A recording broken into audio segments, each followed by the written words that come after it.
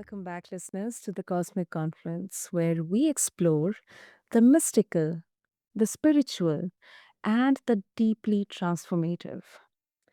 I'm your host, Sana, and today's conversation is one that will stay with you because it touches the raw edges of pain and the infinite depth of healing. My guest is Susan Michel, author, suicide prevention advocate, and a long-time student of A Course in Miracles. She's a two-time suicide survivor whose life journey took her from suffering to serenity. And her mission is now to help others identify and process emotional pain so that they can awaken to their innate brilliance. Her book, Surrender to Joy From Suicide to Serenity, is a powerful guide for anyone walking through emotional darkness. Well, Susan's work has been featured across NBC, ABC, Fox, Yahoo Finance, and today she's here to share with us what it truly means to surrender to joy.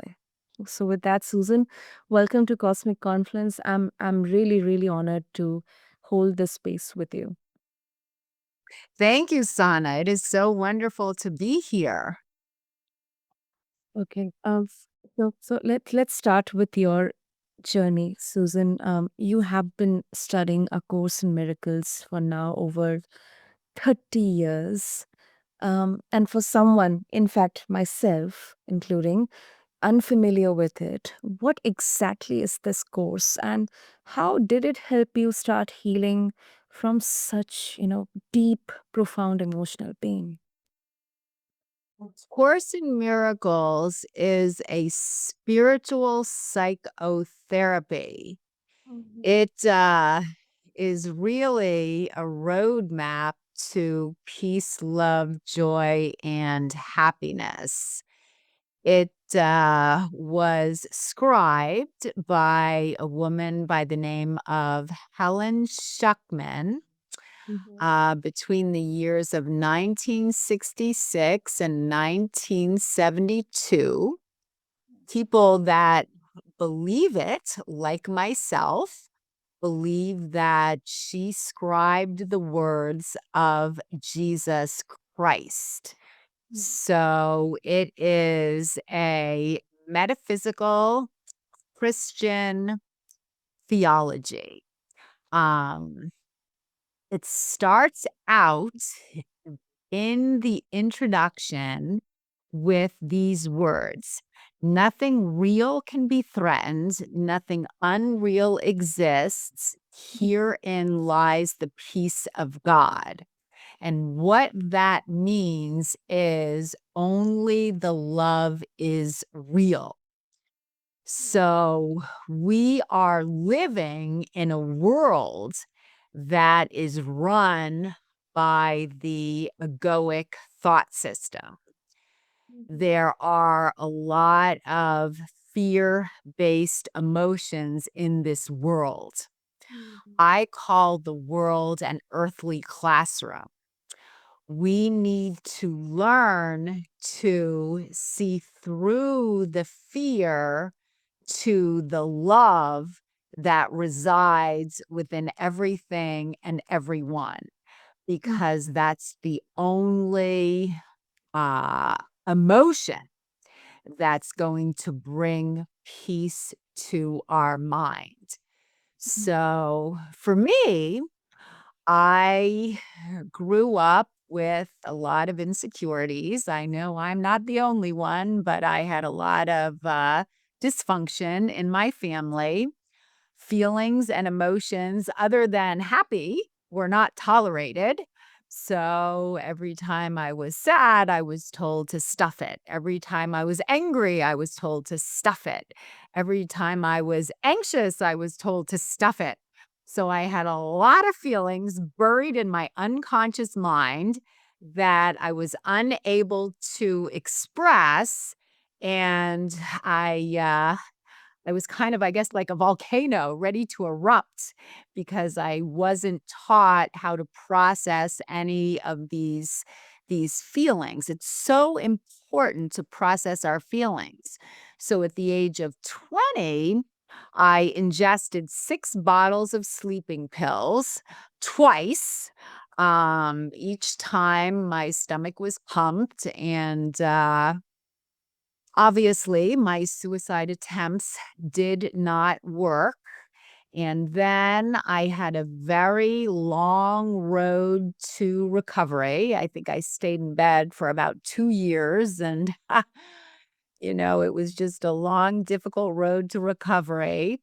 And then finally, at the age of 25, 5 years after my suicide attempts, when I was thinking clearly again, I had moved to New York City, and I was working as a model. And a friend of mine invited me to a lecture by Marianne Williamson, who was the most famous interpreter of A Course in Miracles at that time. And everything she said just made so much sense. It Mm. just brought so much peace, love, joy, and happiness to my mind. And I knew that A Course in Miracles was my path in this lifetime. So there's so much that goes into it. But, the basis is the only thing that's real is the love. So when we can extend God's love to our brother, we are going to feel the truth of who we are. When we do not, we are going to be unhappy. So A Course in Miracles teaches us to come from a place of love more and more often. Wow. Wow. Oh, that is quite a journey. And thank you so much, Susan, for making us aware about A Course in Miracles, right from its inception, its history, to its relevance as well in the modern context also. And I really love how it reframes pain, not as something to avoid, but as a teacher. And that's really, really radical, especially in a world that's so quick to, kind of asking to move on or to numb everything. So that is really beautiful. Yes, yes. It's not about avoiding the pain. It's about owning the pain so the pain can be transformed. You know, what I find that many spiritual seekers do is they do something that's referred to as spiritual bypassing. Because they have so many unhealed emotions in their unconscious mind, what they try to do is repress the pain and then focus on the love. And therefore, they're kind of trying to avoid the pain. But the truth is, until we face our internal pain, we cannot get to the other side of it. And this is just such an important transformational truth. We can't jump and avoid the pain. We need to own the pain. There's this poem by Araya Mountain Dreamer that I quote in my book. My second chapter is about owning the pain, my book, Surrender to Joy From Suicide to Serenity. So I start out this second chapter with this one line from Araya Mountain Dreamer's invitation poem. She writes in the middle of the poem, I want to know if you can sit with pain, mine or your own, without trying to hide it or fade it or fix it. This is just such an important part of spiritual growth and spiritual transformation. And this is what most people are unwilling to do, because it takes a lot of courage to own that pain from our unconscious mind, Yeah. and then in this poem, the very next line is about connecting to joy. In the very next line, she writes, I want to know if you can dance with joy, if you can allow the ecstasy to fill you from the tips of your fingers to the bottom of your toes without cautioning us to be careful, to be real, to remember the limitations of being human. So I ask, why is that line about joy immediately after the line about pain? Because when we have the courage to own the pain, what happens is we see that it has no power over us, and we're able to release it and grow closer to the truth of who we are. I mean, this is what God wants us to do. God wants us to be transparent, to allow our insecurities to surface,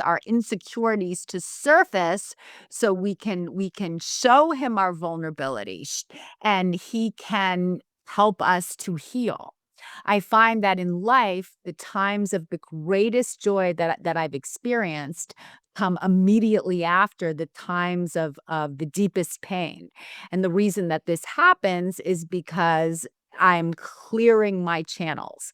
I'm bringing the darkness to the light, and God is taking them from me, and I'm getting closer to the joy on the other side of the pain. I think that's true for just about everybody. We all come into this earth with pain points that need to be healed.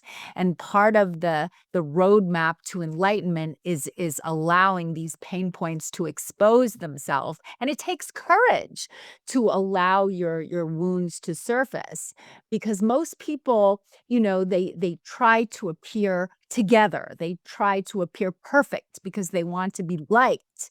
But part of the spiritual journey is messy. And sometimes the times that we think we're failing, and we think that everything's messy, and we think God is going to be disappointed in us because we're showing him our vulnerability and our insecurities. God is applauding because he is so happy that we're being honest and giving to him what needs to be healed. The spiritual journey is beautiful, but it can also get quite messy at times. Exactly, exactly.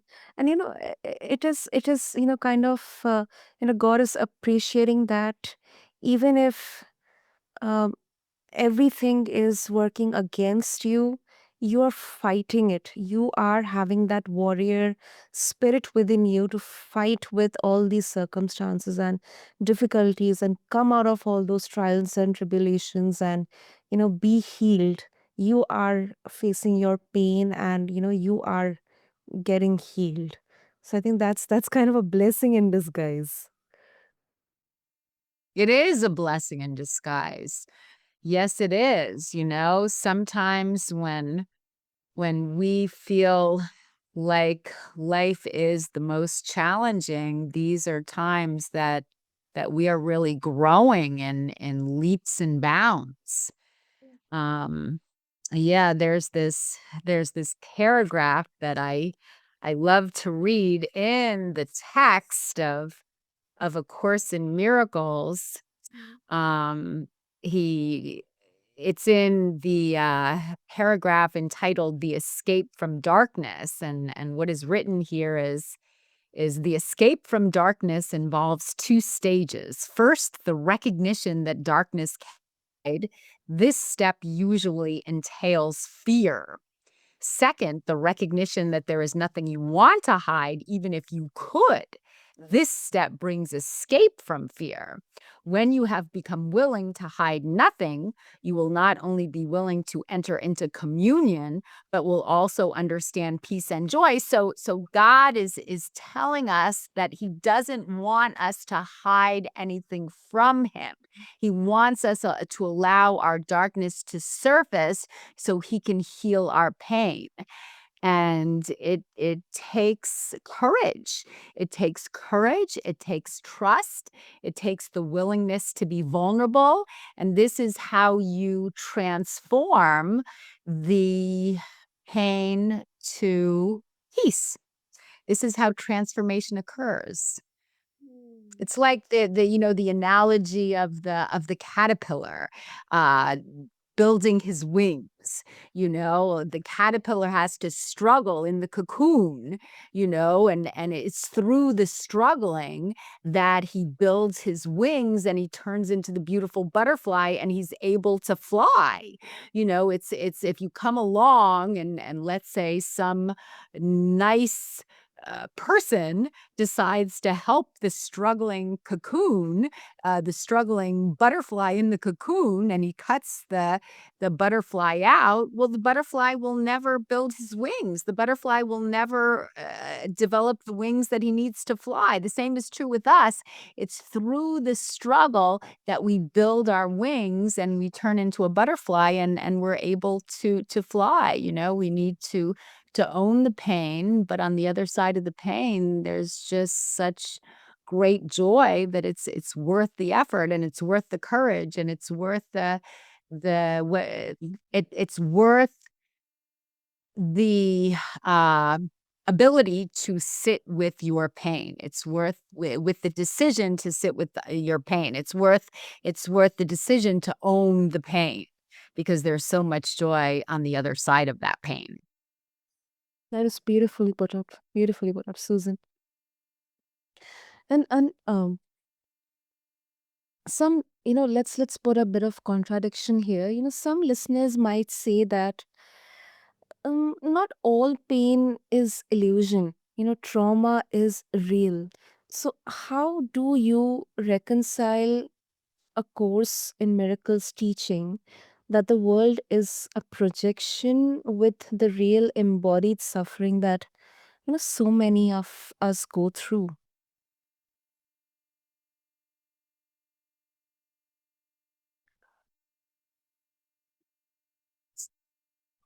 Trauma Mhm. is not a result of circumstances. Trauma happens in our unconscious mind because when circumstances happened, we weren't able to process them. So, most people, when they were children, faced circumstances like myself. And because my parents didn't allow me or teach me to feel the feelings that I needed to feel in order to process the external circumstance, the pain points got suppressed in my unconscious mind. And I think this happens to everyone in some form because no one comes into this world enlightened. If we were already enlightened, we wouldn't have to be here. So we all have repressed feelings in our unconscious mind. And what happens, I think, is that God's desire for us is healing. So this is what triggers are. When the external world triggers us, most of the time we're not reacting to the trigger. We're something from the past is being pushed up to the surface and we feel pain. So, for me, as an example of this, my father was very critical. My father was constantly putting me down and criticizing everything about me that wasn't perfect in his eyes. I was too heavy, I was not smart enough, I was too talkative. I mean, he would always find flaws. So, I don't react well to criticism as an adult because the wounds of my childhood come up when I feel criticized by someone now. So when somebody says something to me that I take as a negative, I have a tendency to overreact. But that's because there are these repressed pain points from my childhood. And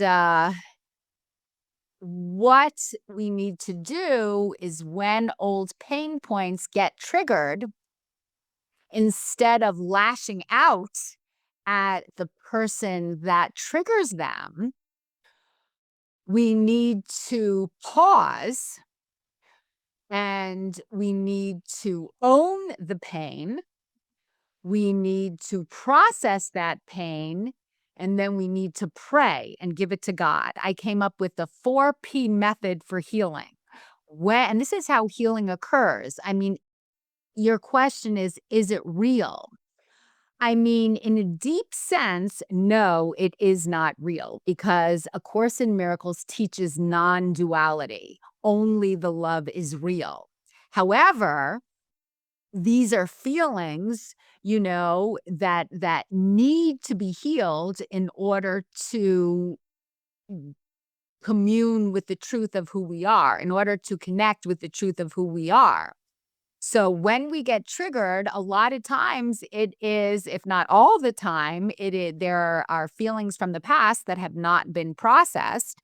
So what we need to do is, instead of acting out and projecting our fear or Mhm. onto the person that triggered us, we need to stop. We need to, and I came up again with the 4P method: pause, own the pain, process the pain, and pray. And we can use triggers in life in to heal, for healing purposes. So, is the pain real? No. However, it does need to be felt in order to clear our channel and connect with the truth of who we are. So, it's a little bit of a double-edged sword. I don't know exactly how to phrase this. On one hand, yes, only the love is real, but on the other hand, you need to feel the pain in order to release it and realize that it has no power over you. No, I absolutely agree with you. It definitely is a double-edged sword. And let's also talk about, you know, some of the strongest emotions we feel, especially abandonment or betrayal. And in all these, we kind of judge ourselves, or we are not able to forgive uh, maybe ourselves or the person who did that to us. And the course says that forgiveness is the key to happiness, to joy. So, how do we forgive the unforgivable, Susan? I mean, especially when someone's actions, they leave long-lasting emotional scars. Excellent question, Sana. Again, I mean, it goes back to owning our our repressed, suppressed pain. It's about bringing the unconscious uh, wounds to the surface so we can see them and release them. When we hold on to unforgiveness or resentment towards somebody who has hurt us, we are not hurting them. The only person that we're hurting is ourself. So the reason that we forgive this other person, A Course in Miracles calls it our brother. The Course in Miracles uses Christian terminology. So although it is a more metaphysical theology, it uses traditional Christian terminology. So when we forgive our brother, when we forgive this person who has hurt us, does the other person benefit? Probably, but we're not forgiving for their sake. We're forgiving for our sake, because A Course in Miracles says that God has but one son and we're all part of that sonship. So when I forgive him, since he's a part of me, I'm forgiving myself. And that's kind of deep.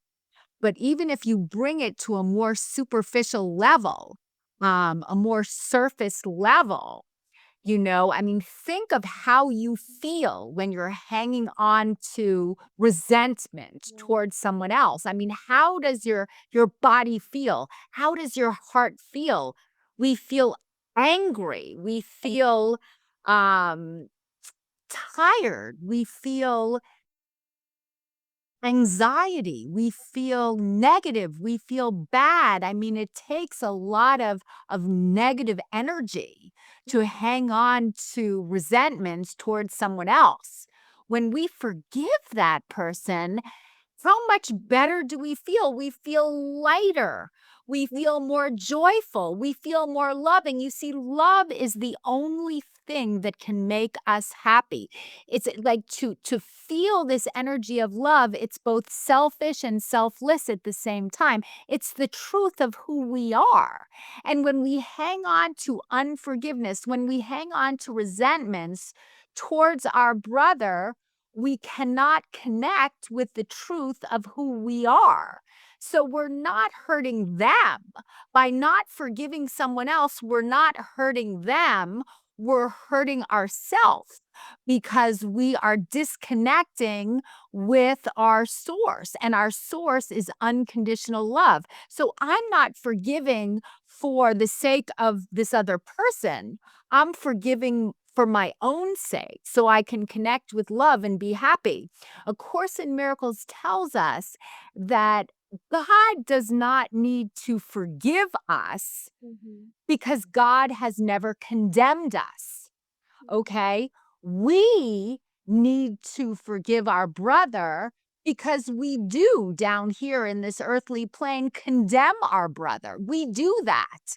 We judge our brother, we condemn our brother. This is how the mind works. And when we can forgive our brother, we reconnect with the truth of who we are. So, again, this person who has abandoned us, this person that betrayed us, they really didn't do anything to us since we are creating our own life by the thoughts that we hold in our minds. There was something in us that needed to be healed when that abandonment or betrayal occurred. We created that for learning purposes. And when we can forgive that other person, basically we're forgiving ourselves and we're releasing that old wound. So we forgive for our sake, not for their sake. And that is the easiest and fastest way to get back to a state of mind that is based on unconditional love while we are here on earth. It is not that forgiveness is not needed in heaven, because in heaven there is no judgment, there is no condemnation, there is just perfect love. But here, while we are still on earth, forgiveness is the way out of the pain to the peace. And the only way we can be happy is by connecting to that peaceful place. Mm, that is such a powerful reframe, Susan. I think it, it's not about forgiveness as condoning, but it's more like freeing yourself, and definitely it takes the power back. So Correct. Very well said, Sana. I love that. Freeing yourself and taking your power back. Yes, it is. That's beautiful. great, great. So before we wrap up, Susan, this absolutely empowering conversation. If our listeners would like to get a hold of your book, Surrender to Joy, how they can do that and connect with you as well. Yeah, Surrender to Joy from Suicide to Serenity is available on Amazon. It is only $12.96, so it is a great book actually. It's yep, available on Amazon, and my website is surrendertojoy.net, www.surrendertojoy.net. My book is available on my website, and that's how the listeners can get in touch with me. Beautiful. I'll make sure to have all the details in the show notes. And Susan, thank you so much for this. For your vulnerability, your strength, and your joy, and sharing your story, which of course teaches us that healing is possible, not because we have to force it, but when we allow it to flow through us. So thank you so much. Thank you, Sana. Yeah, this has been wonderful. Thank you so much. And to all of our listeners, if you are walking through your own pain right now, I hope this conversation serves as a soft place to land. You are not broken, you are becoming. And Susan's book, Surrender to Joy, just refer to the show notes to get a hold of her book and to connect with her. And also remember that every moment is a chance to choose again. Until next time, stay curious, stay compassionate, and keep flowing in the cosmic confluence. Thank you.